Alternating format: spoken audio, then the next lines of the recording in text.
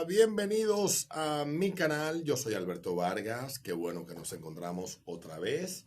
Y estamos contando 23 días del mes de diciembre del año 2025. Quiero recordar en el día de hoy a mi tío que habría cumplido 80 años. Murió en diciembre del 2016. Fue profesor, un excelente tío. Fue de los que más incidió en mi amor por la lectura, el conocimiento y la superación. Mi tío creía firmemente que la educación, estudiar, no importa lo que usted estudiara, era la puerta más ancha para usted poder salir del círculo de la miseria. Mi tío fue educador durante muchos años, Ernesto Esperanza Brito le llamaban a él. Mi abuela le puso Esperanza, pero mi tío se cambió ese nombre inmediatamente, llegó a la capital, arrancó un proceso y se puso Ernesto.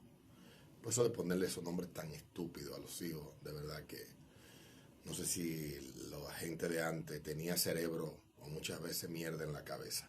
Pero nada, el asunto es que mi tío se llamaba Ernesto y fue un gran profesor, dio idiomas y otras materias en el Liceo Ramón Emilio y otras escuelas, trabajó mucho tiempo en el Estado en los años del gobierno del PRD, entre el 79 y el 86. Fue asistente de uno de los administradores de la lotería y me consta que fue un servidor público honesto porque mi tío salió con un apartamento financiado que terminó de pagar 25 años, no, 15 años después, porque lo pagó en el 95, ya debía muy poco y lo tenía desde el 80. Fue un hombre honesto, yo lo admiraba mucho y le sigo admirando. A él le robé gran parte de los libros que me hicieron desarrollar mi amor por la lectura. Digo le robé porque yo iba muchas veces a su casa, en su biblioteca, y él me permitía tomar el libro que yo quisiera. Y nunca me pedía los libros de vuelta. Pocas veces lo hizo. Pero siempre me llevaba a los que me llamaban la atención. Nunca me gustó la literatura tradicional, nunca me gustaron las novelas, nunca fui un gran amante de la poesía. Quizá leía Becker por curiosidad, Gustavo Adolfo Becker.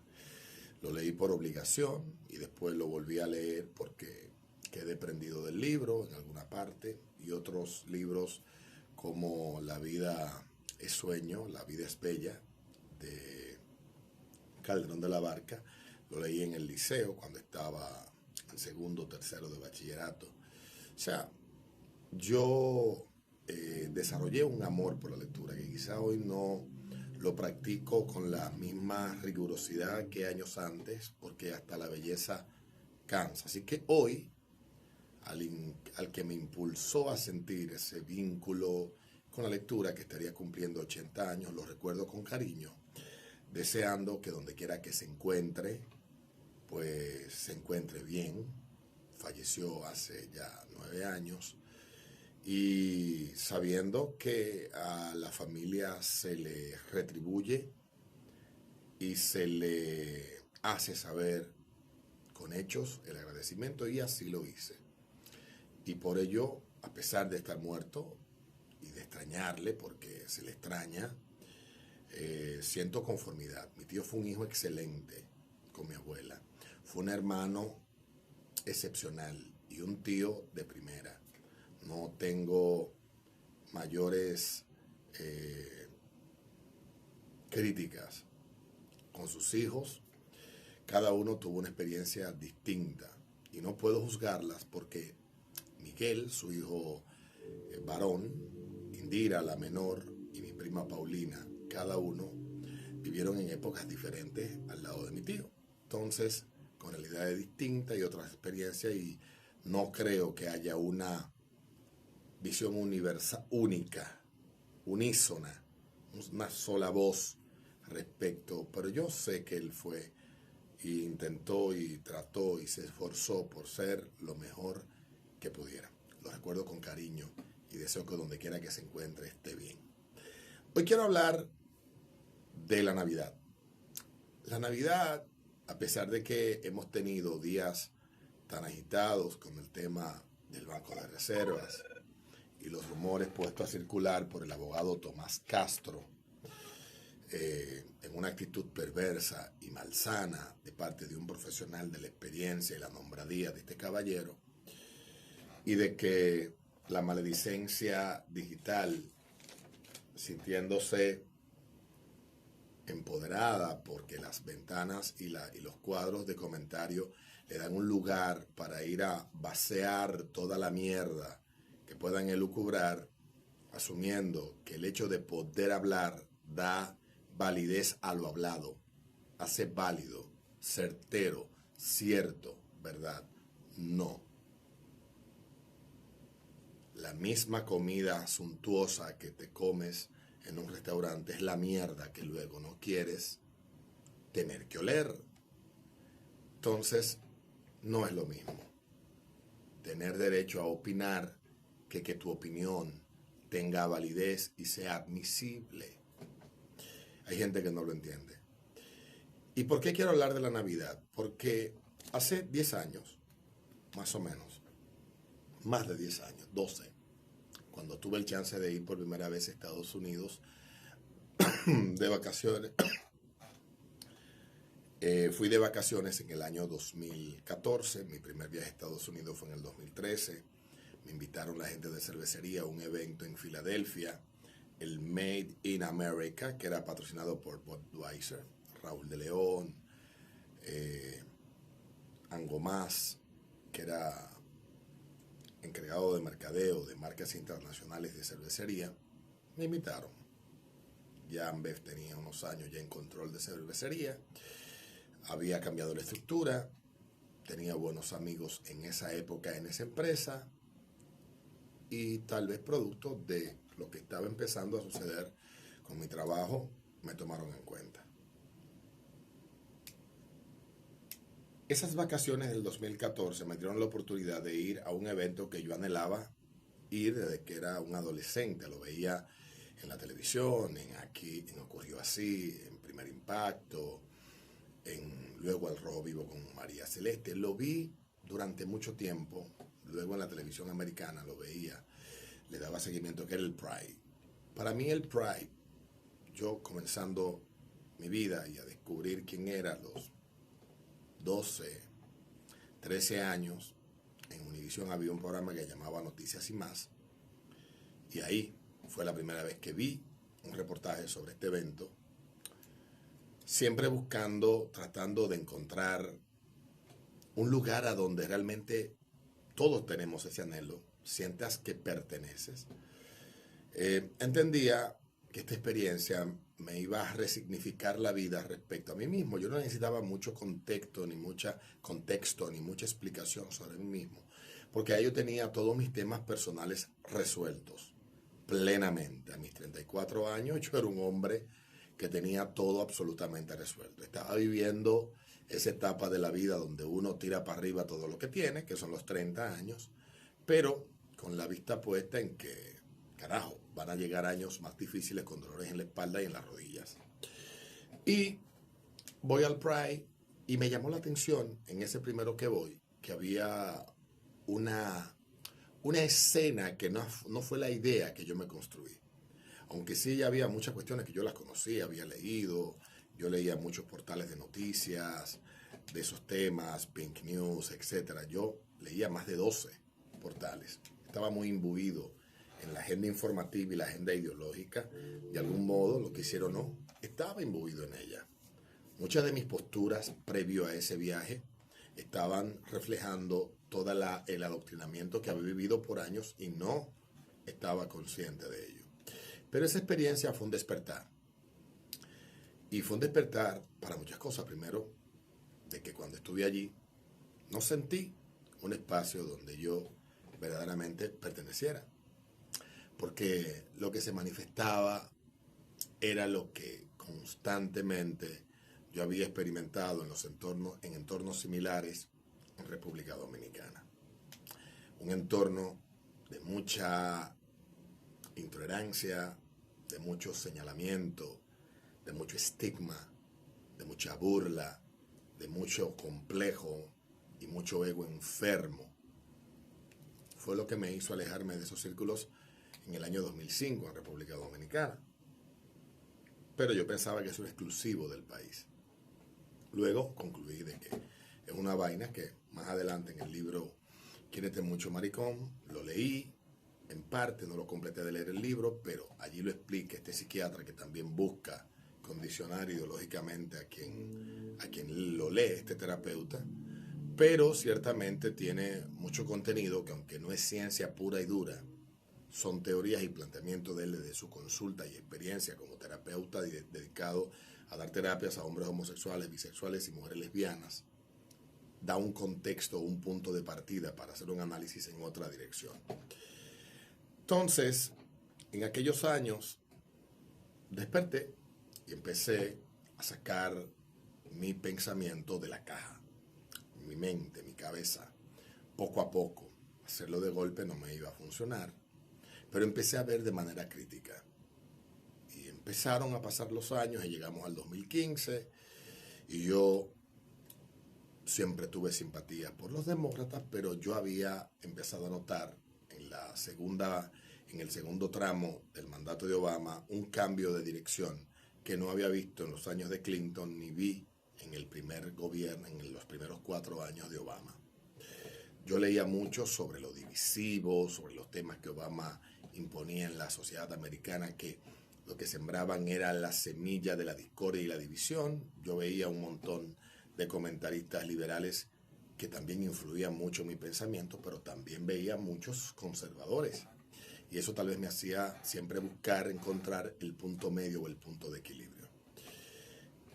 Ese análisis de toda esa realidad empezó a hacerme consciente de que estábamos viendo un fenómeno que se estaba imponiendo silenciosamente, que era todo aquello que iba desposeyendo de significado para nosotros como sociedad en Occidente, las cosas que nos dan sentido.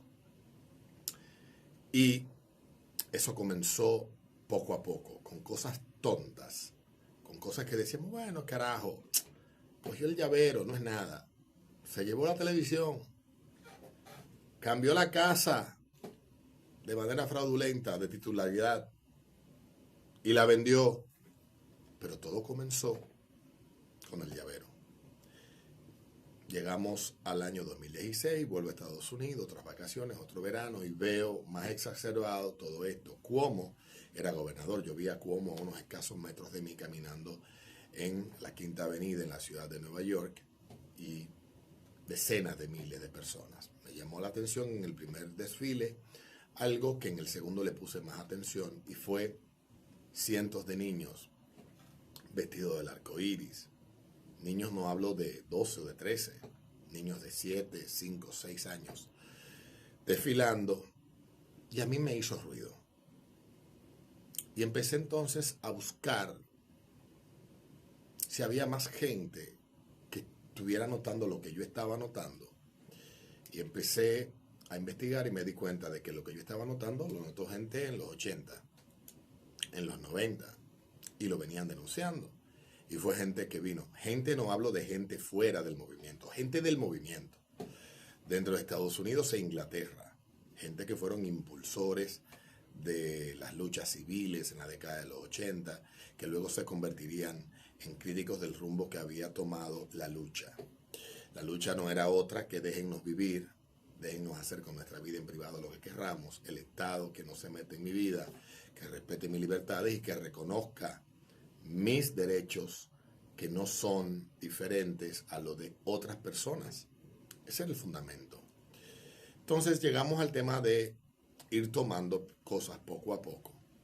Y ya vamos por el punto de que no solamente tenemos el tema de la iconoclasia progresista, sino que ahí se ha sumado un conjunto de pensamientos e intenciones que buscan subvertir y buscan desdibujar lo que significa la Navidad para nosotros los occidentales. Occidente es esencialmente una sociedad que se desprende filosófica, ideológicamente, vamos a decir, de manera marcada, tú puedes encontrar el rasgo en las ideas de tres grandes fuentes. Las ideas judeo-cristianas, las ideas de la antigua Roma y las ideas que se desprenden de la antigua Grecia. Inciden otras, es una mezcla mucho más amplia, pero las que más peso y la que más fácil puedes identificar son esas. El cristianismo es una religión que tiene más o menos 1600, 1800 años, que se convirtió en un instrumento político por parte de un emperador en Roma, porque vio en esto quizás algo que los demás no vieron. Y el cristianismo se extendió a través del imperio y a través de otros instrumentos por todo lo que hoy es Occidente. Luego, cientos de años después, aparece el Islam. Discutir sobre el Islam es otro tema. Yo no soy ni siquiera un profundo estudioso de ese tema. Y llegamos entonces al siglo XVIII, siglo XIX. Se empiezan a discutir muchas ideas que estaban puestas sobre la mesa desde hacía generaciones, pero de manera profunda se teoriza sobre ellas. Se teoriza. No son leyes, no están probadas de manera infalible, y a partir de esas teorías empieza a nacer un conjunto de ideas que pone al hombre en una especie de, en un lugar que no había tenido antes. Y entonces se da todo lo que sucede desde la segunda mitad del siglo XIX y principios del siglo XX. La Navidad se celebraba desde hacía cientos de años en los países de tradición cristiana, muy distinto a cómo se empezó a celebrar a partir de los siglos XVIII, XIX y sobre todo a partir del siglo XX, cuando las herramientas de comunicación masiva, el marketing, que todavía no existía como disciplina profesional, empezaron a crear una identidad universal, primero para productos y luego esto se transfiere a la fiesta. Los colores, los símbolos, la imagen de Santa Claus, que todos conocemos y compartimos, son creaciones mercadológicas que vienen de historias reales, pero luego convertida por el marketing en una especie como de mitología, en algún sentido. Repito, todo real. Y la Navidad es quizás el último escalón que están tratando de escalar quienes buscan disociarnos de las cosas que nos hacen sentir unidos. Y, por ejemplo, en esta semana se ha hecho viral el video de un actor que yo veía en una serie hace 17 años llamada Aída, una serie de Telecinco de España muy buena. Él es apellido Casanova, así el personaje del mariquín, hijo del tendero del barrio.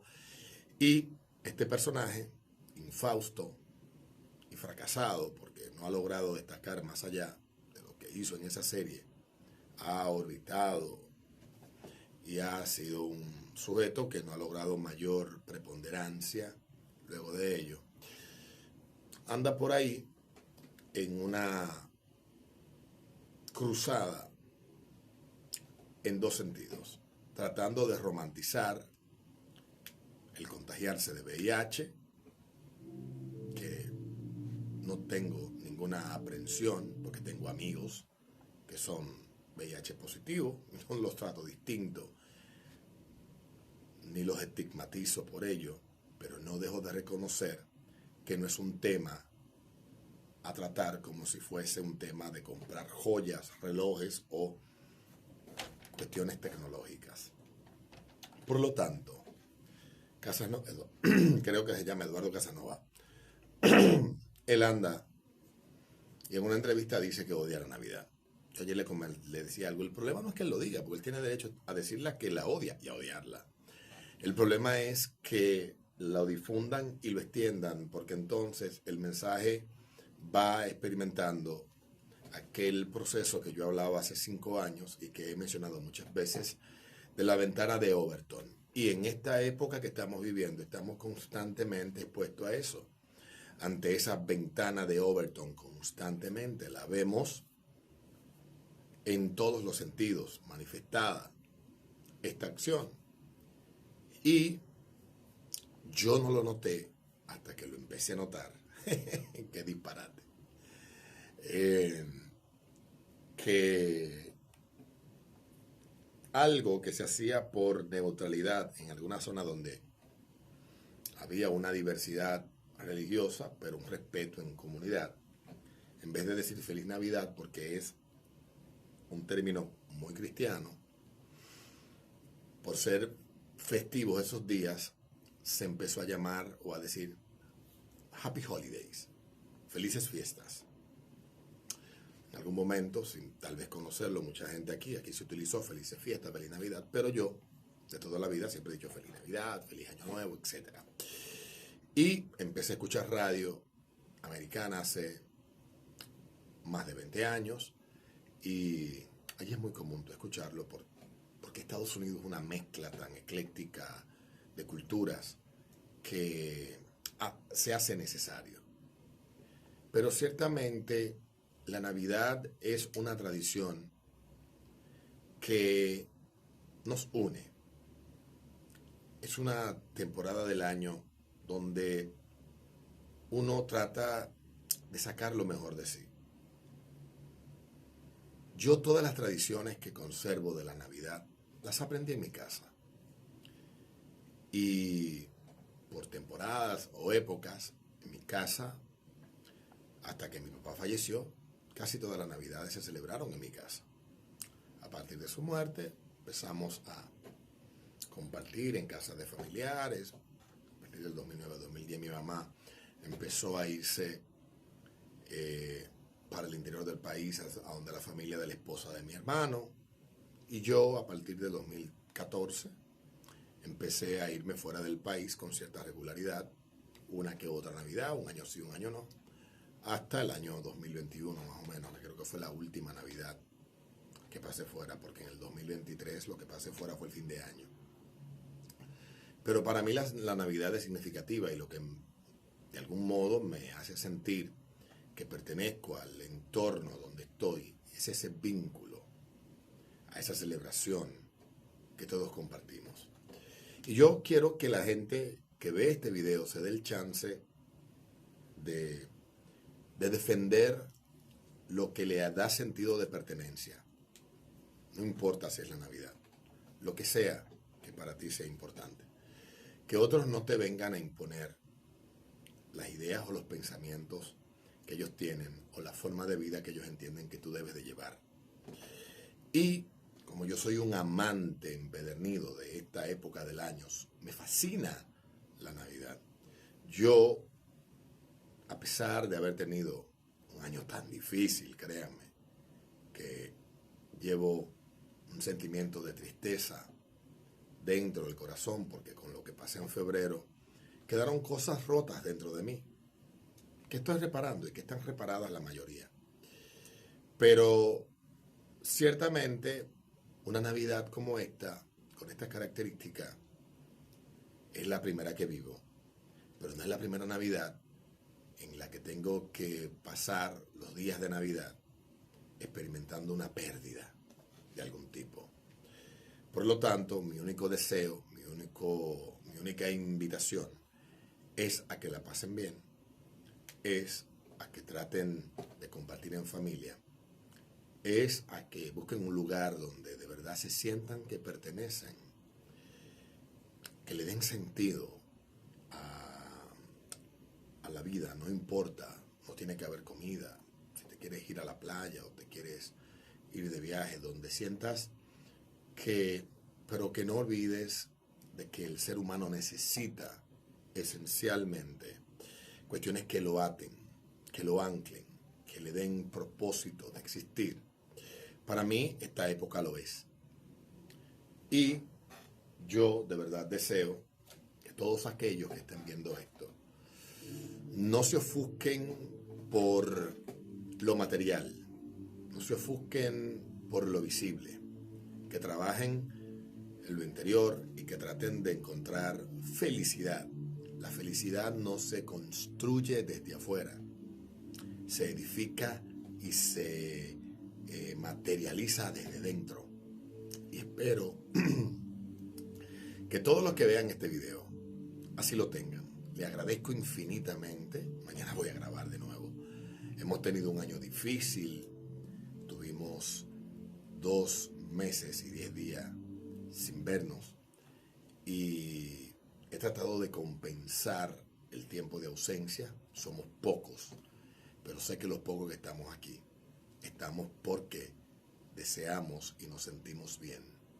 Estar y nos sentimos bien estando. Nos vemos en un próximo video. Feliz Navidad. Bye.